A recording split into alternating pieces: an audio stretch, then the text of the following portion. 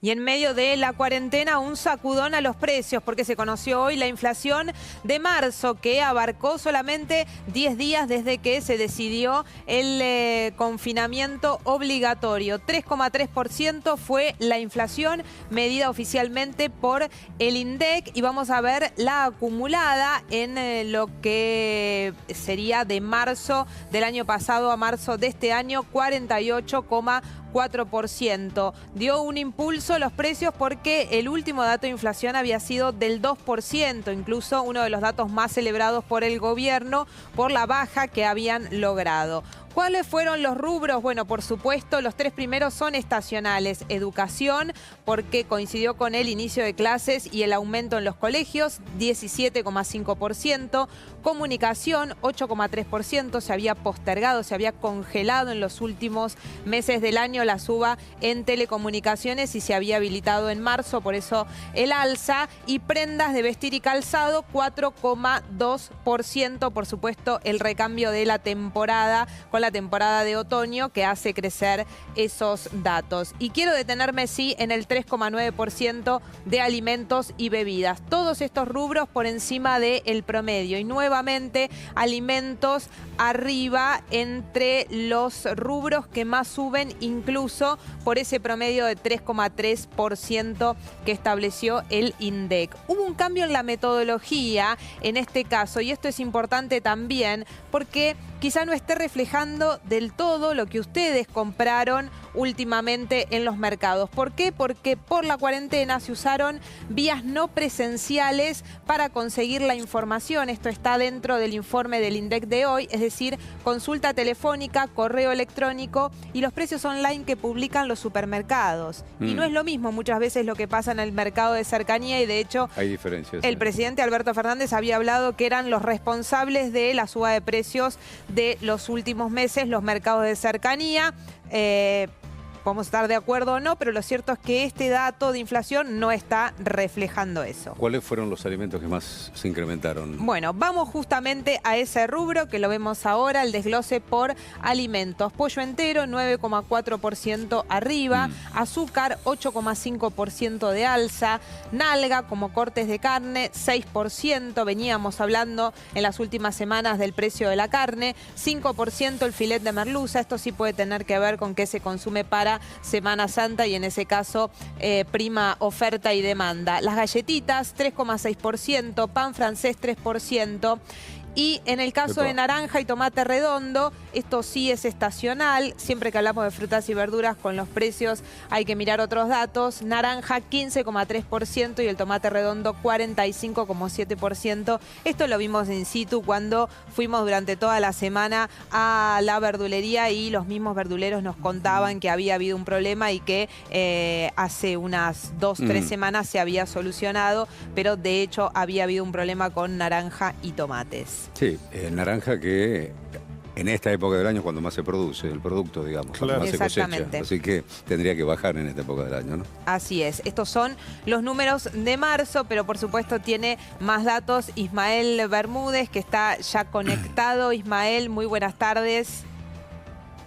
Hola, ¿qué tal? Buenas tardes, ¿cómo estamos? Muy bien. Bueno, ¿qué refleja este 3,3% de inflación general? Un salto nuevamente después del número alentador que se había visto en febrero, que era del 2%, Ismael. Sí, efectivamente es un salto del 2 al 3,3%. Pero recién pude hablar con que justamente están en el área de peso. Y ellos lo que me dijeron es lo siguiente. La cuarentena se implantó el día 20 de marzo. Sí. Y en los registros que ellos hicieron, ya también ahí eran presenciales porque no estaba justamente la cuarentena, ellos observaron que los aumentos que hubo fueron muy, pero muy importantes.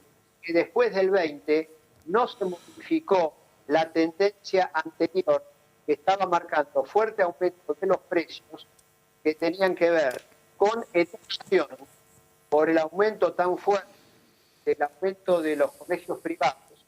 Mirá vos que educación tiene 17,5% de aumento en el mes. Y eso es por el reinicio de las clases, que lógicamente inmediatamente después quedaron suspendidas, pero también por el fuerte aumento que hubo en el precio o mejor dicho, en la cuota de los colegios privados. El otro rubro que aumentó muy fuerte es todo lo vinculado a Internet, telefonía, celulares, por eso tiene ese aumento de más del 8%, y en el caso de los alimentos hay aumentos que tienen que ver justamente con frutas, verduras y la incidencia del rubro de carnes.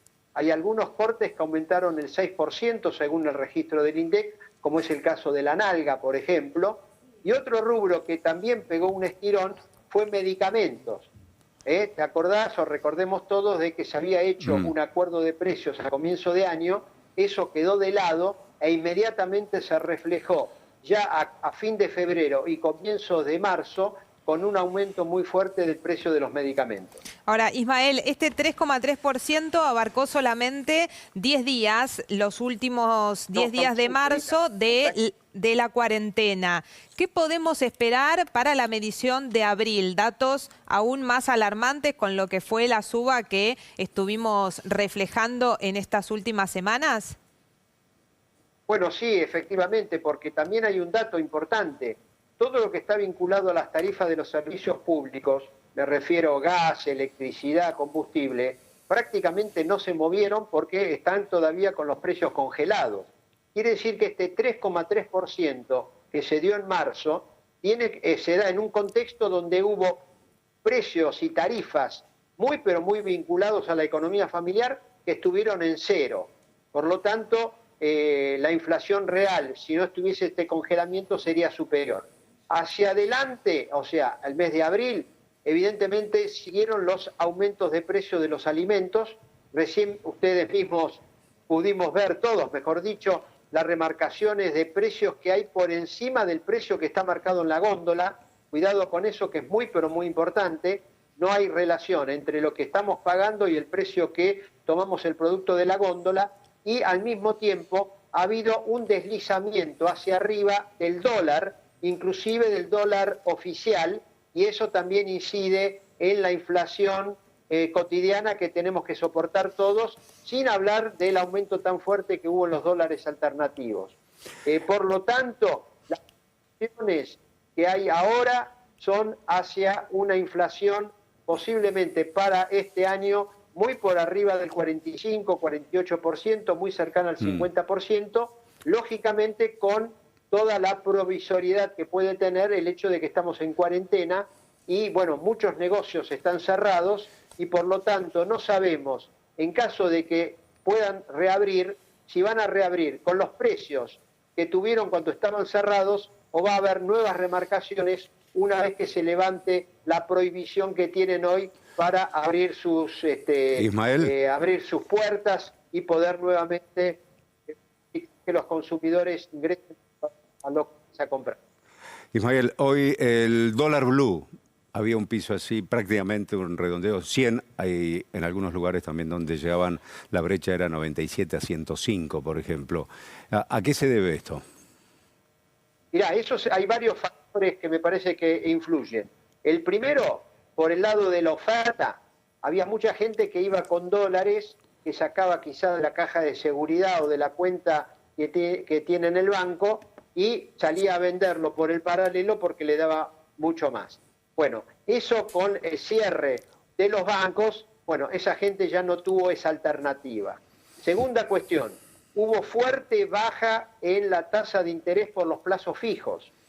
Ustedes calculen que hoy aquel que hace un plazo fijo pierde frente a la inflación, porque están dando aproximadamente en promedio un 2% cuando estamos teniendo una inflación recién marcada por el INDEC del 3,3%. O sea, hacer hoy un plazo fijo es tener una pérdida en términos reales pero muy fuerte. Y entonces empezó a haber una inclinación a decir, no me conviene hacer un plazo fijo y bueno, si puedo comprar algún dólar me va a resultar más beneficioso justamente porque el dólar estuvo subiendo.